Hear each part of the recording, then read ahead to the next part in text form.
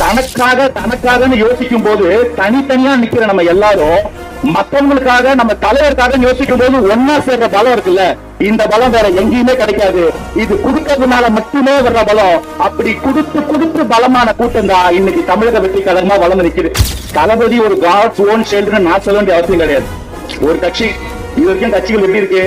எங்க அப்பா கட்சி ஆரம்பிச்சது வேற ஒரு நல்ல தலைவர், நாங்க பிடிக்கணும். வேற ஒரு தலைவர் ஆரம்பிச்சாரு, அது வேற ஒருத்தங்கிட்ட போயிட்டு நாங்க கூவத்தூர்ல போய் எடுத்துக்கணும். வேற யாரோ ஒருத்தர் 60 வருஷம் முன்னாடி ஆரம்பிச்சாரு, அதை திரும்ப ரிவைவ் பண்ணிக்கிட்டோம். 100 வருஷ கட்சி, 140 வருஷ கட்சி, ஒரு கட்சிக்கும் 18 கட்சி கூட்டணி, 26 கட்சி கூட்டணின்னு தனியா நிக்க பயமா இல்ல தனியா நிக்க முடியலையா இல்ல வயசானவங்களுக்கு வீல் சேர் தேவைப்படுற மாதிரி ஸ்டிக் தேவைப்படுற மாதிரி உங்களுக்கு தேவைப்படுதான்னு தெரியல. ஒரு மனுஷன் வந்தாரு, ஒரே ஆளா களத்துல தனியா வந்து நின்னாரு, ஒரு கட்சி ஆரம்பிச்சாரு. 2 வருஷம் ஒரே கட்சியா இந்த ஒட்டுமொத்த கட்சிகளையும் முட்டு போட்டு தண்ணி குடிக்க வச்சாருன்னா அது தனி மனிதனுடைய சாதனை இல்ல, இந்த ஒற்றுமைக்கு கிடைத்த சாதனை. இன்னைக்கு திரும்பவும் சொல்றேன், 1977 அப்புறமா ஒரு வரலாறு படைக்கப்பட்டது. அன்னைக்கு ஐயா எம்ஜிஆர் ஆட்சி அமைக்கும் போது இருந்த பல பேருக்கு சினிமா ஆசை விட்டுட்டு அரசியல் ஆசை வந்தது. ஒருத்தரால கொஞ்சம் சோதிக்க முடியல. ஏன்னா எம்ஜிஆர் நடிகர் தலைவராகல, ஒரு தலைவர் கொஞ்ச நாள் நடிச்சுக்கிட்டு இருந்தாரு. அதே மாதிரி இன்னைக்கு 2026 அப்புறமா அதே போல பல பேருக்கு ஆசை வரும். யாரையும் திட்டாதீங்க, அவங்க ஃப்ளோலயே போடுங்க.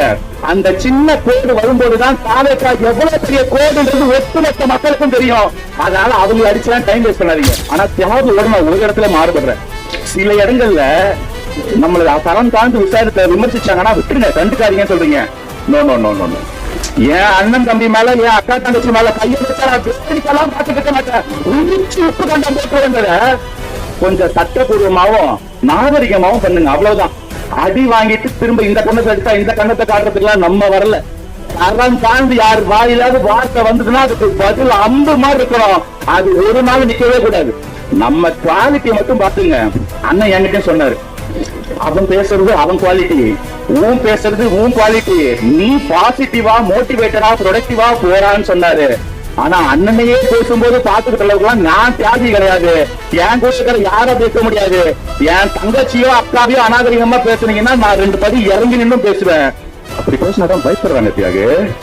அவங்க என்ன நினைச்சுக்கிட்டாங்கன்னா, நம்ம என்ன பொட்டு வச்சுட்டு பொங்கல் சாப்பிடுறவங்க நினைச்சிட்டு இருக்காங்க. வகுடு எடுத்த முடி, புட்டி கண்ணாடி, பொட்டெல்லாம் பார்த்து அப்படின்னு நினைச்சீங்களா? நல்லா வரும், அண்ணனுக்கும் வரும், வேணான்னு நிக்கிறாரு. அது அப்படியே இருந்தா அரசியல் களத்தை நாங்க பத்திரமா பாத்துக்கிறோம். ரொம்ப சட்டம் வந்துச்சுன்னா கிளாஸ் மிஸ் தரம் இருக்கிற மாதிரி 2 தட்டி உட்கார வைப்போம். அதுல எல்லாம் என்னைக்கும் காம்ப்ரமைஸ் ஆகாதீங்க. நீங்க மெரிட்டாவே போறீங்க, நாங்க கொஞ்சம் மிரட்டிக்கிட்டே போறோம், கன்ஃபியூஸ் ஆயிடாதீங்க.